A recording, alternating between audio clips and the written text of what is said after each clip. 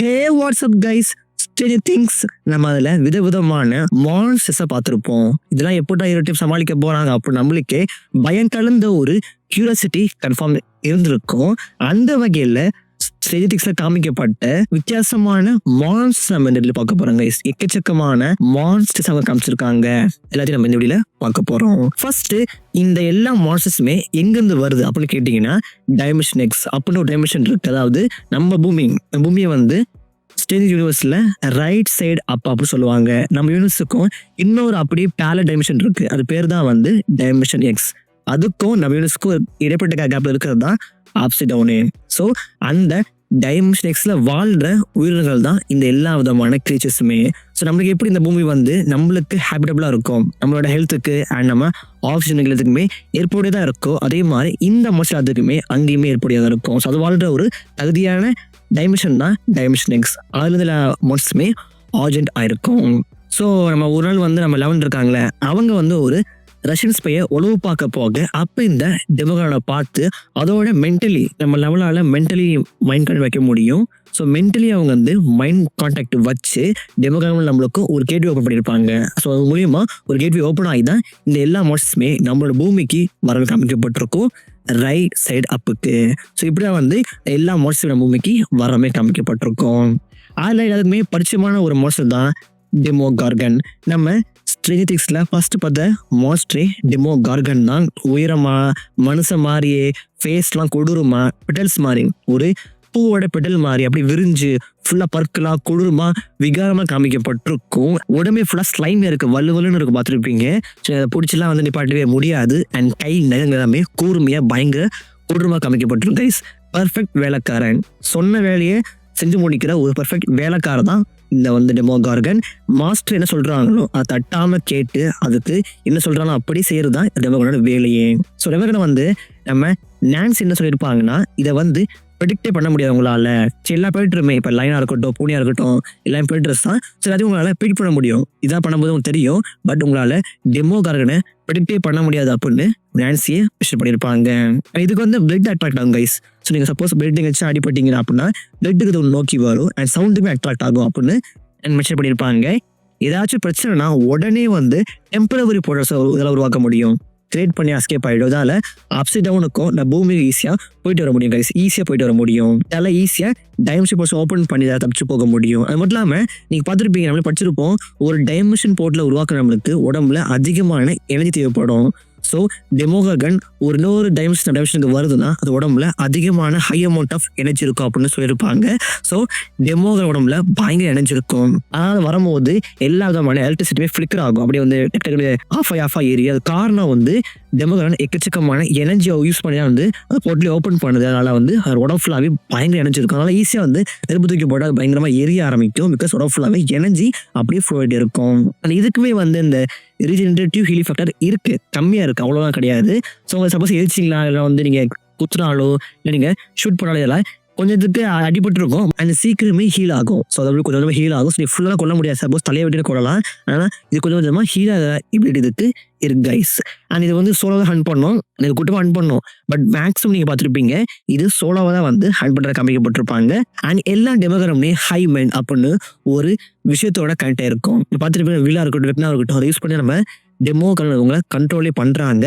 So நீங்கள் டெமோகார்கனை control பண்ணாதீங்க, high மைண்டை டேப் பண்ணாலே போதும், நீங்கள் ஈஸியாக தான் கண்ட்ரோல் பண்ண முடியும். ஸோ எல்லா டெமோகார்கனுமே ஹை மைண்டோட இது ஒரு வகையில் ஹேட் ஆயிரும் கைஸ்.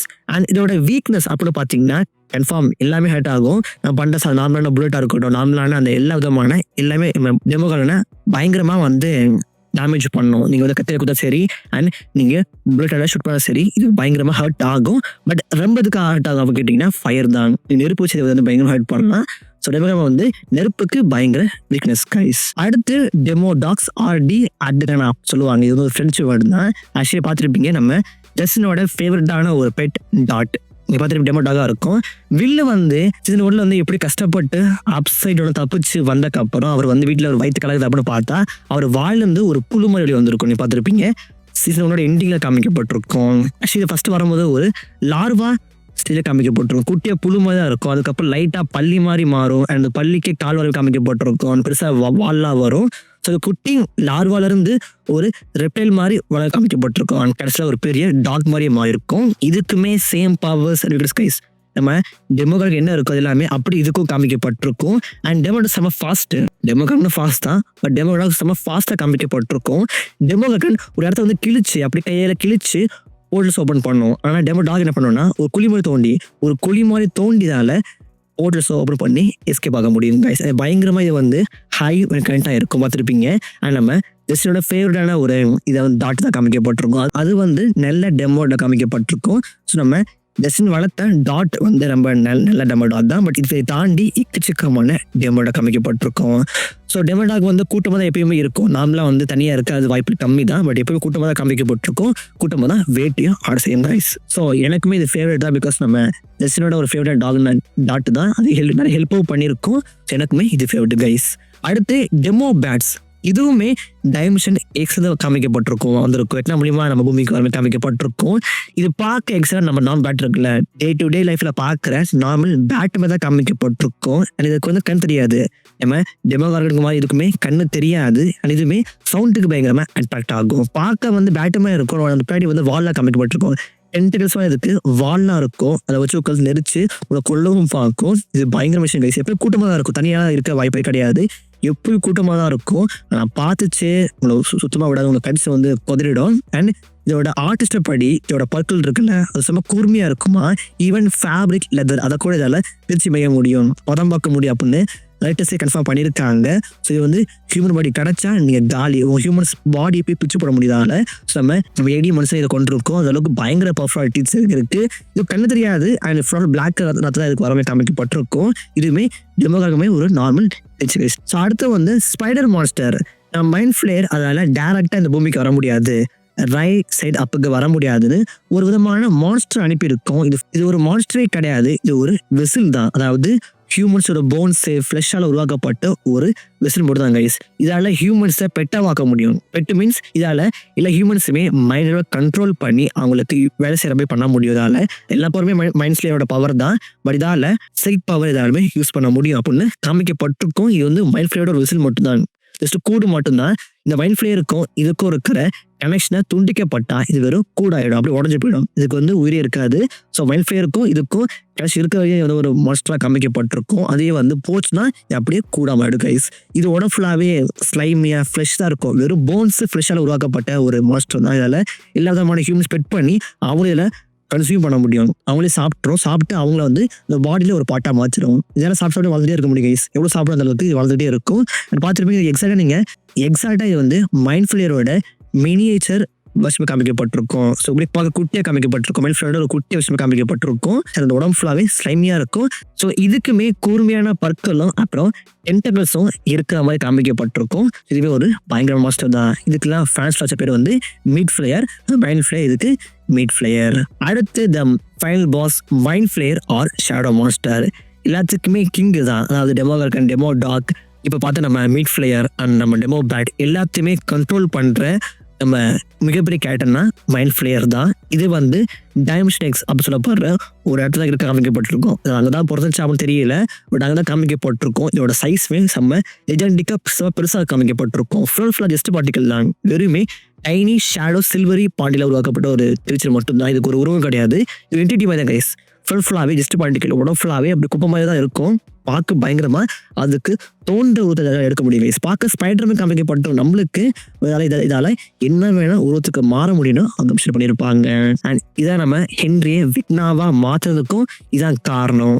அண்ட் இதை நம்ம ஜஸ்டின் இருக்கார்ல, இதை வந்து நம்ம 5 ஸ்டார் ஜென்ரல் அப்படின்னு சொல்லியிருப்பார். அதாவது இதை ஹெட் வெக்னா நம்ம டெமோ எல்லாமே ஃபுட் டாக்ஸ், ஃபுட்டுக்கு வேலை பண்ணுற ஃபுட் சோல்ஜர்ஸ். ஆனால் நம்ம மைண்ட் ஃப்ளேயர் வெக்னா மட்டும்தான் 5 ஸ்டார் ஜென்ரல். அந்த பிஎன்டியில் இதை வந்து ஹை பாஸ் மாதிரி. ஸோ நம்ம வெக்னாக்கும் இதுக்கு தாண்டி பாஸ் கைஸ். ஸோ வெக்னாவோட பர்ஃபெக்டான கேரக்டர் காமிக்கப்பட்டிருக்கும்.